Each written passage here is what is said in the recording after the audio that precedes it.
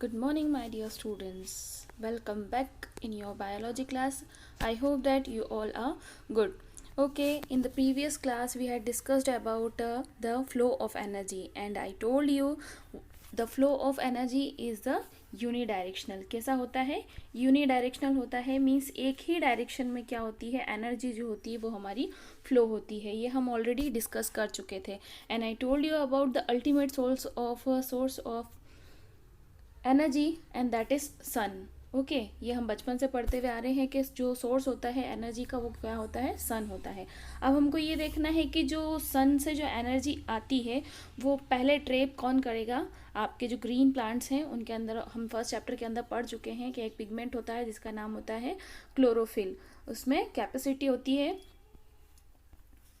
कि वो क्या कर दे, एनर्जी को ट्रैप कर दे. ठीक है, तो ये जो फ्लो ऑफ एनर्जी जो है वो क्या होगा, यूनिडायरेक्शनल होगी. और सन से जो है एनर्जी ट्रैप करेगा कौन, आपके प्लांट्स करेंगे. और प्लांट्स से फिर कहाँ पे जाएगी, जो एनिमल हर्बीवोरस से होते हैं उनसे, और फिर उसके बाद में कॉर्निवोरस, और ऐसे करके जो है ट्रांसफॉर्मेशन जो है वो कंटिन्यूसली होता चला जाएगा. ठीक है, see the flow of energy as you can see on the screen. The first 1% of the solar energy coming to the earth is absorb by the plant. 1% ही सोलर एनर्जी जो होती है वो अर्थ से सन से क्या होती है, अर्थ पर आती है. और प्लांट्स जो होते हैं उनको एब्जॉर्ब कर लेते हैं. और फिर प्लांट क्या करते हैं, उसी एनर्जी को काई में कन्वर्ट कर देते हैं, आपके केमिकल एनर्जी के अंदर कन्वर्ट कर देते हैं. You know, by the process of photosynthesis. Okay, किसी प्रोसेस के थ्रू, फोटोसिंथेसिस के प्रोसेस के थ्रू ये चीज़ हो जाती है. उसके बाद में कुछ एनर्जी जो बचती है, कुछ एनर्जी जो होती है वो प्लांट अपनी खुद की चीज़ों के लिए इस्तेमाल कर और उसको लॉस्ट कर देता है, ख़त्म हो कर देता है. और बाकी जो एनर्जी होती है वो कहाँ पे स्टोर्ड हो जाती है, प्लांट्स के अंदर ही स्टोर्ड हो जाती है. Rest is stored in the body of the plant. और फिर उस एनर्जी को क्या करते हैं, हमारे जो एनिमल्स होते हैं वो क्या करते हैं, अपने अंदर कंज्यूम कर लेते हैं. See how it will be. See plant then energy transformation in the grasshopper. जैसा कि हमने फर्स्ट फूड चेन के अंदर हमने देखा था कि कौन किसके ऊपर डिपेंड है, तो सेम जो चेन है वो यहाँ पे चल रही है. और सेम जो है एनर्जी का फ्लो जो होगा वो यहाँ पर होगा. देखो 10,000 जूल, फिर उसके बाद में 1,000 जूल, और फिर उसके बाद में 100 जूल, और एट लास्ट जो है वो 10 जूल जो है वो एनर्जी जो है वो आपकी बच जाएगी लास्ट में. सी प्लांट से कहाँ पर जाएगी, ग्रास ऊपर में, ग्रास ऊपर से फ्रॉग में, फ्रॉग से स्नेक में, और स्नेक से हॉक में. तो 90% जो एनर्जी होती है वो लॉस्ट हो जाती है, या फिर मतलब अपन ये बोले कि पर्टिकुलर एनिमल या जो भी उसको कंज्यूम कर रहा है उसको यूज़ कर लेता है. और फिर यूज़ करने के बाद में जैसे क्या बोलेंगे आपके 1000 जो 10,000 अपन अगर बात कर रहे हैं ना, तो 10,000 जूल के अंदर से जो है आपकी एनर्जी पूरी 90% जो है वो क्या कर लेगा, जो भी ऑर्गेनिज्म है वो उसको क्या कर लेगा, कंज्यूम कर लेगा, यूज़ कर लेगा, या उसके अंदर ही लॉस्ट हो जाएगी. बचेगी कितनी, केवल 10%. जो 10% बचेगी वो कहाँ पे चली जाएगी, नेक्स्ट ऑर्गेनिज्म के अंदर. तो उसकी 10% मिला के और उसकी खुद की भी जो एनर्जी है वो मिला के कितना हो जाएगा उसका, जो जैसे कि 1,000 है, तो अगर आपने 10,000 में से निकाल लिया पूरा 90%, तो कितना बचेगा, 1,000 बचेगा. तो सेम जो एनर्जी है वो आगे चलेगी, फिर 100 जूल हो जाएगी, और फिर उसी तरीके से 10 जूल. इसी तरीके से जो ट्रांसफॉर्मेशन होगा वो कितना होगा, सिर्फ 10% का. You can C on the screen, same 1,000, then 100, then 10 joule. In the last it is transformation of only 10%. ठीक है, see the flow of energy 10% लो. अब हम उसको और अच्छे से देख लेते हैं. सेम चीज़ लिखी हुई है, प्लांट से ग्रास ऊपर में, ग्रास ऊपर से फ्रॉग में, स्नेक और हॉक के अंदर 1,000% है, सॉरी 10,000 पर जो जूल है वो 1,000 ट्रांसफॉर्मेशन होगा, 1,000 से 100, और 100 से जो होगा 10% जूल होगा. सेम जो है, और नंबर ऑफ ऑर्गेनिज्म जो है वो धीरे धीरे करके क्या हो रहे हैं, डिक्रीज भी होते चले जा रहे हैं. प्लांट्स बहुत सारे हैं, ग्रास ऊपर फिर नंबर में कुछ कम है, फिर फ्रॉग उनमें भी, और फिर स्नेक, फिर धीरे धीरे करके हॉक जो है वो. तो नंबर ऑफ ऑर्गेनिजम्स भी जो है वो डिक्रीज होते चले जा रहे हैं in the sense of their diets. ठीक है, उनके खाने के ऊपर से बात कर रहे हैं हम. The flow of energy the 10% लो. हम ये चीज़ जो है सेम बात अगर अपन ट्रॉपिक लेवल के अंदर देखते हैं तो हमारे प्लांट्स जो हैं, सी ट्रॉपिक लेवल भी बनाएंगे तो नंबर ऑफ प्लांट्स बहुत सारे, फिर ग्रास होपर, फिर फ्रॉग, फिर स्नेक, और फिर एट लास्ट जो है हमारा हॉक। तो कितना ये जैसे कि ग्राफ चलता जा रहा है तो नंबर ऑफ ऑर्गेनिजम्स भी जो हो रहे हैं वो कैसे होते चले जा रहे हैं, रिड्यूस होते चले जा रहे हैं, कम होते चले जा रहे हैं। तो सेम बात है कि जो लास्ट में जो एनर्जी होगी वो कितनी होगी, 10 जूल होगी या 10% होगी, ये आप ध्यान रखें। ठीक है, ये आपके एग्जाम में भी पूछा जाता है सेम क्वेश्चन। ठीक, lion has more diet and lion loss in numbers. तो नंबर अपन बात करें कि उसको बहुत ज़्यादा एनर्जी की ज़रूरत होती है किसको, लायन को, लेकिन उस नंबर ऑफ लायंस जो हैं वो क्या है, कम है, एज हमको पता है। ठीक है, जैसे कि प्लांट्स बहुत सारे हैं लेकिन जो हिरण हैं आपके, जो डियर हैं, वो कितने क्या है, नंबर में कम है, और फिर उसके बाद में उनकी जो डाइट है वो भी कैसी होगी, ज़्यादा होगी। तो वो ज़्यादा या कम होगी वो डिपेंड करता है। ठीक है, तो सेम जो चीज़ है वो हम 10% लॉ के अंदर जो है वो डिस्कस करते चलिए जा रहे। See okay, now your next topic is biological magnification. Biological magnification means क्या होता है, देखो हम जो है इसको डिटेल देखो, बायोलॉजिकल मैग्निफिकेशन मीन्स क्या होता है ना। अगर हम सिंपल लैंग्वेज में बात करें कि बायोलॉजिकल मैग्निफिकेशन क्या है, तो मैं आपको डिफाइन करके बताती हूँ कि the buildup, what is mean the build up, किसी भी चीज़ को बनाना, build up of toxic substance. क्या है, टॉक्सिक सब्सटेंस, किसी भी मतलब जो बनाना है किसी भी चीज़ को तो बिल्डअप कर रहे हैं, और किसका बिल्डअप हो रहा है, टॉक्सिक सब्सटेंस का, विद इन मतलब किसी भी, with in a single organism. क्या है, किसी भी एक पर्टिकुलर सिंगल ऑर्गेनिजम्स के अंदर, है ना, किसका बढ़ना, टॉक्सिक सब्सटेंस का बिल्डअप होना क्या कहलाता है, biological magnification. Let me tell you one more time, the buildup of toxic substance within a single organism. हर एक ऑर्गेनिज्म के अंदर टॉक्सिक सब्सटेंस का बिल्डअप होना क्या कहलाता है, बायोलॉजिकल मैग्निफिकेशन। अब ये कैसे हो रहा है, सी आपको पता है, ये पिक्चर में देख के आपको पता तो लग रहा होगा कि ये जो पर्टिकुलर मैन है क्या कर रहा है, पेस्टिसाइड कर रहा है ना। जब भी हम फसलें उगाते हैं तो क्या करते हैं हम, जो कीड़े वगैरह, इंसेक्ट वगैरह होते हैं तो उनके ऊपर हम क्या करते हैं, पेस्टिसाइड कर देते हैं, है ना। अब पेस्टिसाइड करने के बाद में इसमें से क्या निकलेगा, हार्मफुल केमिकल्स निकलेंगे, जाहिर सी बात है।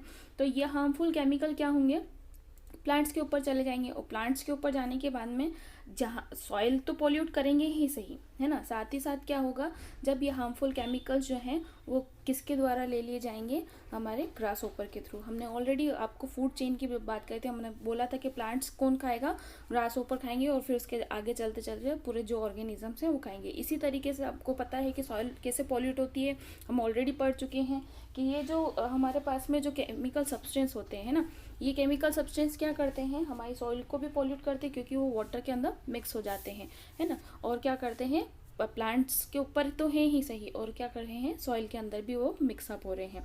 जैसे कि DDT हो गया आपका, है ना, लिखा हुआ है ऑलरेडी स्क्रीन के ऊपर। बहुत सारे ऐसे पेस्टिसाइड्स होते हैं जो कि क्या करते हैं, सॉइल को पॉल्यूट करते हैं। वही जो पॉल्यूटेड सॉइल है, और सॉइल के थ्रू कहाँ पे चला जाता है, प्लांट्स के अंदर चला जाएगा, और प्लांट्स के थ्रू कहाँ पे जाएगा, आपके जो ऑर्गेनिज्म है, नेक्स्ट ऑर्गेनिज्म है जो कि क्या है, ग्रास होपर है, उसके अंदर चला जाएगा। ठीक है, देखो अब ये यहाँ पे बहुत सारे जो प्लांट्स हैं आपके पास में, ऑलरेडी स्क्रीन के ऊपर दिखा रखा है। ये जो प्लांट्स हैं इनको कौन खाएगा, ग्रास होपर्स खाएंगे। ग्रास होपर को कौन खाएगा, जो आपके फ्रॉग है वो खाएंगे, और फिर जो फ्रॉग है उनको कौन खाएगा, स्नेक खाएगा, और स्नेक के बाद में हॉक। ये आपकी फर्स्ट फूड चेन जो है आपको पता है।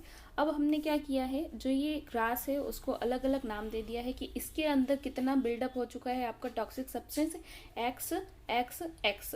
तो इसको सबको मिला के क्या नाम दे दिया, 3x कंबाइनली। तो ये अपन ऐसा नहीं बोल रहे हैं कि मतलब ये जो जितने प्लांट सिर्फ मतलब जो है आपका इतने ही खाएगा ग्रास होपर, लेकिन इतना तो खाना ही है, इससे ज़्यादा भी खा सकता है, कम भी खा सकता है, that is not a big problem. Okay, so ये जो 3x बनाया है हमने, ये कौन लेगा, एक आपका जो ग्रास होपर है वो खाएगा, तो इतना तो है उसके अंदर। ठीक है, तो ये 3x किसके अंदर चला गया, किसके बिल्डअप हो गया, टॉक्सिक सब्सटेंस का, किसके अंदर, एक ग्रास होपर के अंदर। अब ये जो ग्रास होपर ने 3x इसके अंदर है, 3x इसके अंदर है, 3x इसके अंदर है, 3x इसके अंदर है।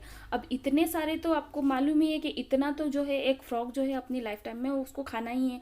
तो इतना कितना, 3x 3x 3x 3x, मतलब मीन्स 3x इंटू क्या कर दिया हमने, 4 कर दिया, तो 12x हो गया है। अब ये 12x की जो टॉक्सिक सब्सटेंस है वो कितना, एक फ्रॉग के अंदर तो है। अब ये एक फ्रॉग को कौन खाएगा, एक स्नेक खाएगा। मालूम है कि मतलब इतना जो ये जो नंबर ऑफ फ्रॉग्स हैं, ज़रूरी नहीं है कि एक ही फ्रॉग जो है वो जो स्नेक है वो खाएगा, बहुत सारे जो है वो खाएगा ना, एक ही तो नहीं खाएगा अपनी लाइफ टाइम में। तो मान लो कि उसने क्या किया है, 5 जो हैं उसने खा लिए हैं, किसने, एक स्नेक ने 5 फ्रॉग्स खाए हैं। तो वो जो 5 12x है, हम उसको क्या कर रहे हैं, 5 के अंदर मल्टीप्लाई कर रहे हैं, तो आपने कितना हो जाएगा, 60x हो जाएगा। तो 60x जो टॉक्सिक सब्सटेंस है वो किसके अंदर है, एक स्नेक के अंदर है। अब इतने सारे स्नेक्स जो हैं, जाहिर इसी बात है कि जो आपका हॉक होगा वो बहुत सारे स्नेक्स खाएगा उसकी लाइफ टाइम में। तो ये सब जो है, मान लो हमने क्या किया, 7 ले लिया, 8 ले लिया नंबर में, तो 60 को हमने 8 या 7 के अंदर मल्टीप्लाई किया है, तो कितना हो जाएगा, 420। तो इसी हिसाब से कितना हो गया, 420x जो हो गया बायोलॉजिकल मैग्नीफिकेशन या जो टॉक्सिक सब्सटेंस है वो किसके अंदर पहुंच गया है, आपके जो हॉक है उसके अंदर चला गया। कितना गया, 420x जो है टॉक्सिक सब्सटेंस वो किसके अंदर बन गया है, हॉक के अंदर बन गया है। तो इसी चीज़ को क्या बोल रहे हैं हम, बायोलॉजिकल मैग्निफिकेशन बोल रहे हैं। As we move to the higher trophic level more chemicals are accumulated. क्या समझ में आया आपको, कि हर एक जो जैसे जैसे हम फूड चेन के अंदर बढ़ते चले जाएंगे, छोटे से लेकर जो बड़े लेवल तक जब तक हम जाएंगे, तो हार्मफुल केमिकल सब्सटेंस जो है उनका जो है वो बिल्डअप होता चला जाएगा। जैसे कि मैंने आपको स्टार्टिंग में बताया, the buildup of toxic substance within a single organism is known as biological magnification. Understand? Now ecosystem क्या होता है? In the starting of this video I told you about the definition of ecosystem in a function unit consists of living and non-living which work together with mutual dependency to sustain a long lasting system. एक पूरा long lasting system बनाता है कौन, living और non living दोनों मिलकर आपस में उनकी म्यूचुअल अंडरस्टैंडिंग के ऊपर एक दूसरे के ऊपर डिपेंड रहते हैं, उनको हम क्या बोलते हैं, इकोसिस्टम बोलते हैं। ठीक है, ये हमने ऑलरेडी बोला था कि हमारे और जो सराउंडिंग्स है उसके बीच का जो कॉम्बिनेशन है, जो काम होता है, दोनों एक दूसरे के साथ में मिलकर जो वर्क करते हैं लंबे समय तक और जो सिस्टम को मेंटेन करके रखते हैं, उसको हम क्या बोलते हैं, इकोसिस्टम बोलते हैं। तो हम ऐसा बोल सकते हैं कि इकोसिस्टम क्या है, एक फंक्शनल यूनिट है, किसके बीच में, लिविंग और नॉन लिविंग के बीच में जो काम करते हैं ऐसे। ठीक है, तो हमको पता है, जैसा कि आपको फिगर में दिखाई दे रहा है, जो प्लांट्स होते हैं उनके अंदर बहुत सारा न्यूट्रिशन होता है, सॉइल होती है, N2 होता है, pH होता है, सॉइल के थ्रू जो पॉन्ड्स के अंदर हैं या लैक के अंदर हैं, उनसे ये सारे न्यूट्रिएंट्स कहाँ जाता है, आपके जो अदर ऑर्गेनिज्म हैं, सी ऑर्गेनिजम्स हैं उनके अंदर जाएगा, और फिर उनके अंदर से जो बड़े ऑर्गेनिजम्स हैं उनके अंदर जाएगा, फिर डिकम्पोज होगा। तो ये साइकिल जो है वो चलती रहती है इसी तरीके से। इकोसिस्टम जो होता है वो 2 टाइप का होता है, एक होता है बायोटिक और दूसरा होता है अबायोटिक। बायोटिक का मीन्स आपको पता है कि बायोटिक जो होते हैं उसको लिविंग बोलते हैं, और नॉन बायोटिक जो होता है उसको नॉन लिविंग बोलते हैं, अबायोटिक को नॉन लिविंग बोलते हैं। तो बायोटिक जो है वो क्या है, plants, small fishes, large fishes और डिकम्पोजर्स। प्लांट क्या है, प्रोड्यूसर, पता है आपको, primary consumer, secondary consumer, and non living क्या है, सॉइल, वाटर, लाइट, टेम्परेचर, ये सब क्या है, आपके नॉन लिविंग कंपोनेंट्स हैं। ठीक है, तो साइकिल है वो कैसे, आपको पता है कि किस तरीके से मेंटेन होगी या किस तरीके से चलेगी। आपको पता है कि सबसे पहले जो हम बात करेंगे वो किसकी करेंगे, सॉइल की बात करेंगे। सॉइल से कहाँ जा रहा है, प्लांट्स के अंदर जा रहा है, और प्लांट जो सॉइल के अंदर अर्थवॉर्म भी होते हैं, हम ऑलरेडी प्लांट्स वगैरह भी देख चुके हैं इसके। तो अर्थवॉर्म उसके अंदर होता है, अर्थवॉर्म को कौन खा लेगा, बर्ड्स खा लेंगी। ठीक है, अब प्लांट को कौन खाएगा, बटरफ्लाई, बटरफ्लाई से छोटे छोटे एनिमल्स। अब ये दोनों मिलकर क्या हो जाएंगे, जो है डिकम्पोज हो जाएंगे और वापस से कहाँ पे मिक्सअप हो जाएंगे, आपके जो सॉइल है, मिट्टी है, उसी के अंदर मिक्सअप हो जाएंगे। ऐसा कि हमको गार्डन में देखने को मिलता है। ठीक है, एक्वेरियम के अंदर भी यही चीज़ होती है। ठीक है, तो जो छोटे छोटे प्लांट्स होते हैं एक्वेरियम के अंदर, या फिर जो आपको पता है ना एक्वेरियम किसको बोलते हैं, जहाँ पे आर्टिफिशियली तरीके से जो प्लांट्स वगैरह पानी के अंदर उगाए जाते हैं, दिखते हैं, हम बाहर भी कहीं जाते हैं तो हमको देखने को मिलता है। सी, ये छोटा aquarium, it is an example of large sea oceans, है ना। तो ये जो सारे प्लांट्स वगैरह हैं, इनसे कौन आपका जो न्यूट्रिशन है वो कौन लेगा, ये छोटे छोटे जो एनिमल्स हैं वो लेंगे, और जो मिट्टी है वो जो है न्यूट्रिशन जो है उनको प्रोवाइड करेगी। वही सेम साइकिल जो है वो यहाँ पे भी चलेगी। इकोसिस्टम जो होता है वो नेचुरल भी होता है और आर्टिफिशियल भी होता है। नेचुरल सी और ये पॉन्ड्स, ये सबका इसका एग्जाम्पल है। नेचुरल और मैन मेड जो है वो एक्वेरियम कहलाता है। ठीक है, जो प्लांट्स हैं, एनिमल्स हैं, ह्यूमन बींग्स हैं, इंसेक्ट्स हैं, वो सब क्या करते हैं, अर्थ के ऊपर जो है वो सर्वाइव करते हैं। सभी को पता है ये चीज़ तो, कि जो हमारे अर्थ है उसके ऊपर छोटे से लेकर बड़े ऑर्गेनिजम्स तक यहाँ पर सर्वाइव करते हैं। Every organism of an ecosystem is important. अगर ये ऑर्गेनिजम्स जो हैं, छोटा जो ऑर्गेनिज्म है, प्लांट नहीं होगा तो भी हमारा इकोसिस्टम जो है वो जो है आपका डिस्टर्ब हो जाएगा। हर एक हमको क्या चाहिए, हर एक ऑर्गेनिज्म या हर एक लेवल जो है वो हमारे पास में फुलफिल होना चाहिए। अगर एक भी रिमूव हो जाता है तो हमारा पूरा के पूरा इकोसिस्टम जो है वो डिस्टर्ब हो जाएगा, कोलैप्स्ड हो जाएगा। समझ में आ रही है आपको बात? Every organism of an ecosystem is important. हर एक ऑर्गेनिज्म जो है वो इम्पॉर्टेंट है। अगर एक को भी रिमूव कर देते हैं इकोसिस्टम में से तो पूरा इकोसिस्टम जो है डिस्टर्ब हो जाएगा या कोलैप्स्ड भी हो सकता है। ठीक है, अब इसका जो इफेक्ट है वो इन्वायरमेंट के ऊपर कैसे पड़ता है, आप सभी को पता है कि बहुत सारी ऐसी वेस्ट चीज़ें जो हैं हम क्या करते हैं, जो एटमॉस्फेयर है, नहीं तो हम जहाँ पे डंपिंग जोन होते हैं वहाँ पे जाकर उसको क्या कर देते हैं, वेस्ट कर सकते हैं। जैसे कि आप पिक्चर के अंदर देख रहे हैं, बहुत सारी जो वेस्ट मटीरियल है वो क्या यहाँ पे पड़ा हुआ है। ठीक है, तो जो चीज़ें होती हैं हमने उसको 2 पार्ट्स में डिवाइड किया है। एक तो होता है आपका जो बायोलॉजिकल बायोडिग्रेडेबल और दूसरा होता है नॉन बायोडिग्रेडेबल। तो बायोडिग्रेडेबल के अंदर इसी सारी चीज़ें आती है जिसको हम क्या कर सकते हैं, डिकम्पोज कर सकते हैं। और नॉन बायोडिग्रेडेबल जो ऐसी चीज़ें होती है जिसको हम डिकम्पोज नहीं कर सकते इजीली, उनको डिकम्पोज करने के लिए हमको बहुत सारा टाइम चाहिए होता है। 1 मंथ 2 मंथ, किसी किसी को 6 मंथ 9 मंथ इस तरीके से चाहिए होता है। तो वो इजीली डिकम्पोज नहीं होती है। जैसे कि glass, metal, plastic, dye, detergent, ये हम सब पढ़ते हुए आ रहे हैं, है ना। जैसे कि बहुत सारे जैसे जो सीवेज के अंदर वेस्ट होते हैं वो ह्यूमन बॉडी के थ्रू जनरेट किए जाते हैं, मतलब हमारे थ्रू डाले जाते हैं। कमर्शियल वेस्ट जो होता है वो शॉप या हॉस्पिटल से निकलता है। इंडस्ट्रियल वेस्ट, जैसा कि आप पिक्चर के अंदर देख रहे हैं, जो इंडस्ट्रीज़ वगैरह के अंदर से जो वेस्ट चीज़ें निकलती हैं वो। और जो हमारे घर में से निकलता है वो वेस्ट होता है kitchen waste, paper, polythene, glass, wood, metal can, detergent, ये सब जो होता है हमारे घर से निकलता है। हर जगह से जो वेस्ट चीज़ें हैं वो हमको मिलती है। तो हमने 2 पार्ट्स में उनको डिवाइड कर लिया है, जैसा कि हमको ऑलरेडी बोला आपको कि बायोडिग्रेडेबल और नॉन बायोडिग्रेडेबल।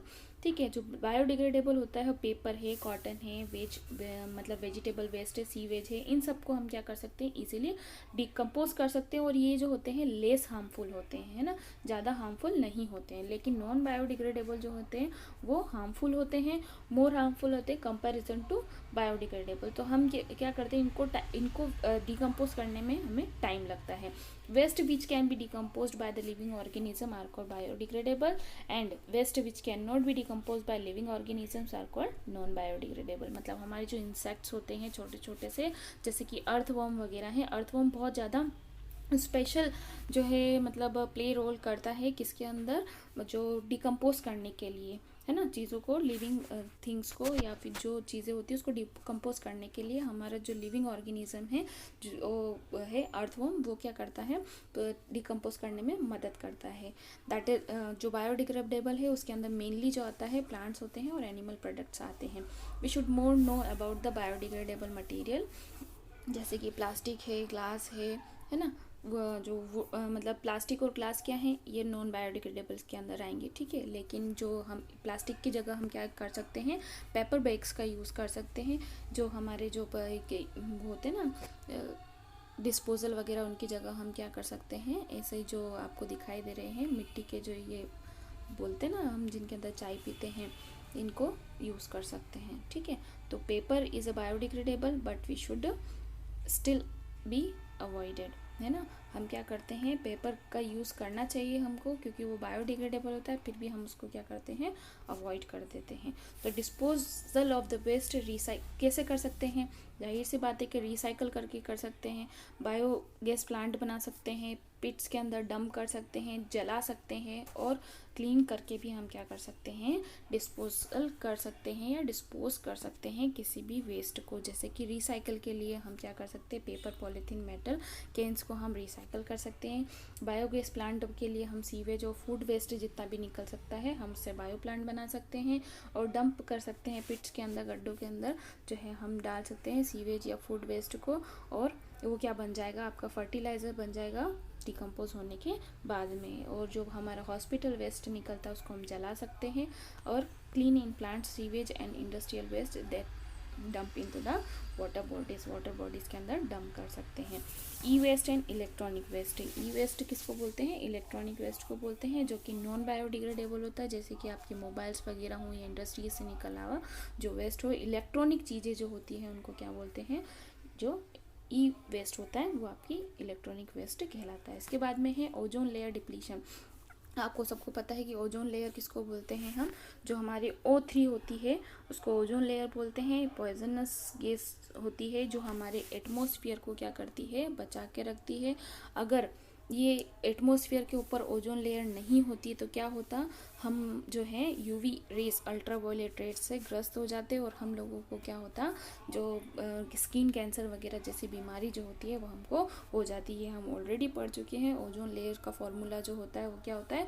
O3 होता है ना, क्योंकि O2 क्या है? आपका ऑक्सीजन है और इसके अंदर one more molecule if we added of ozone then it will be converted into O3। तो O3 जो है वो क्या होता है? ओजोन कहलाता है आपका। ठीक है। Advantages of ozone layer. Ozone layer के क्या क्या एडवांटेज हैं? ये हमें अल्ट्रावायलेट रेस से बचाता है। इसके अलावा जो है आपको क्या है? स्किन कैंसर या ऐसी कुछ बीमारियां हो जाती है उनसे बचाता है। They can destroy the plants. जो आपकी जो ये अल्ट्रावायलेट रेजेस होती हैं ये प्लांट को डिस्ट्रॉय कर सकती हैं। इससे भी हमको क्या कर रहा है? आपके जो ओजोन लेयर वो आपको बचा रही है। Ozone layer lets only some of the UV rays reach to the surface of the earth as we already know about it.